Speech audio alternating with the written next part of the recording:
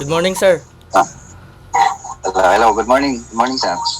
Sir, thank you po dahil tinugunan niyo po yung request ko na interviewin po kayo ngayong araw po. Wala namang problema doon. Sir, pwede po bang naka-record? Sige. Okay Okay. lang. Thank you po.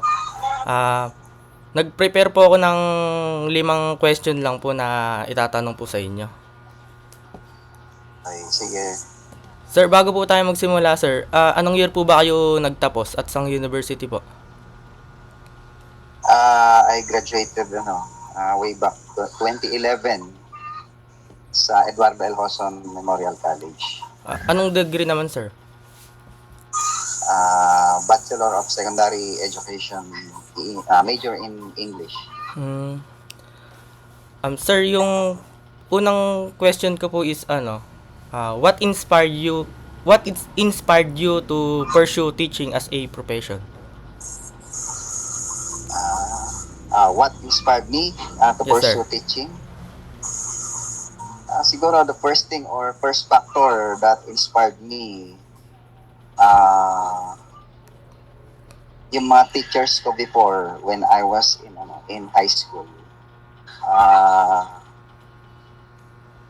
They serve as inspirations to me kasi humahanga ako dun sa nila, Opo. sa passion, sa dedication nila sa pagtuturo. Hindi lang nila kasi ko tinret as student. Tinret din nila ako as tunay na anak. Opo. No? Lalo na yung mga teachers ko in science and English, sila yung mga naging inspiration ko to pursue teaching profession. And of course, syempre yung family, Opo. uh, para makatapos ka, you make your family as your inspiration. Opo. Ayun yung second question na... Ito yung first factor. Opo.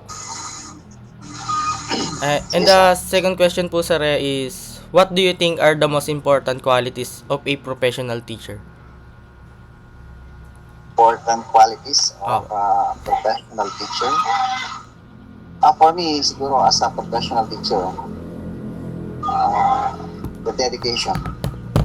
You should be dedicated sa passion na pinili mo or sa profession na pinili mo.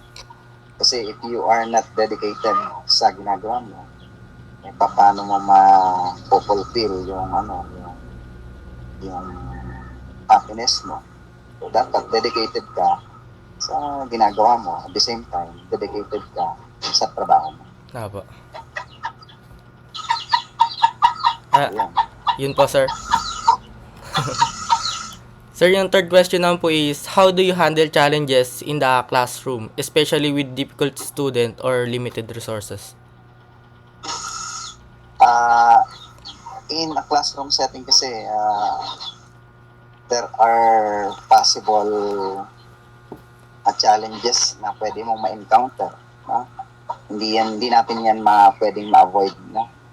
There are different challenges, especially sa behavior ng students, sa performances ng students. Pero ako as a teacher, hinahandle ko yung mga challenges na yun by adapting their differences. Kailangan you should be adaptive. Kailangan marunong kang mag-adjust sa behavior ng students. Opo. Hindi ka dapat nag-focus sa isang behavior. Dapat you should be adaptive para ma-overcome mo yung challenges na yun. Opo. As a teacher kasi, normal na sa teacher yung behavioral factors ng student o learners. Iba-iba yan eh. Opo. Kaya kailangan maging adaptive ka. I-adjust mo yung sarili mo, paano mo sila sasakayan, paano mo sila i-handle, no? Para hindi ka nahihirapan.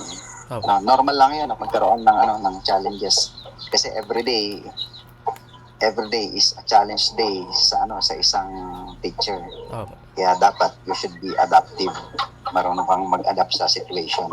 Tsaka po yung mga Tapos students control diverse. mo yung yan nga, yung diversity ng learners, kailangan alamin mo yan para hindi ka nahihirapan. Sa pang fourth question naman, sir, is how has your view of teaching changed since you started? That's a tough question. When I started teaching, ang view ko sa teaching kasi parang magtuturo lang, ganun. Yun yung view ko eh. Pero when I entered, the field of teaching, iba pala ako. Hindi lang basta nagtuturo lang. Si teacher pala,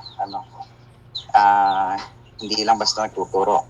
Andyan yung nag-aalaga ka na bata. Andyan yung tawag dito. Hinahandle mo yung discipline. Tapos parang ikaw din yung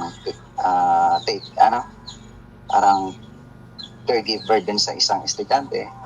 Kaya hindi basta-basta pala hindi pala basta-basta teaching. Kasi ang view ko talaga dati, magtuturo lang, tuturo mo lang yung subjects. Pero when you enter the teaching profession, ando na pala lahat. Hindi lang basta isang trabaho ang gagawin mo. Marami. Doktor ka na, ano ka pa? Tatay pa, magulang. Yes, ka pa, social worker ka pa, magulang ka pa. All of ng mga trabaho parang andun eh. So yun yung view ko.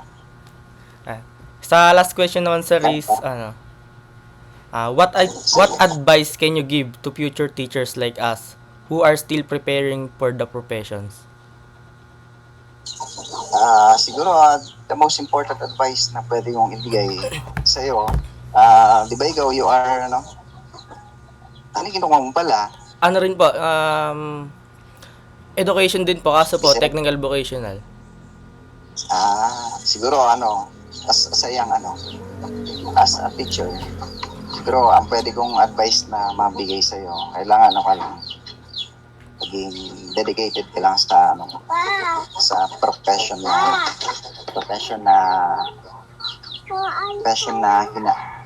na kinukuha mo.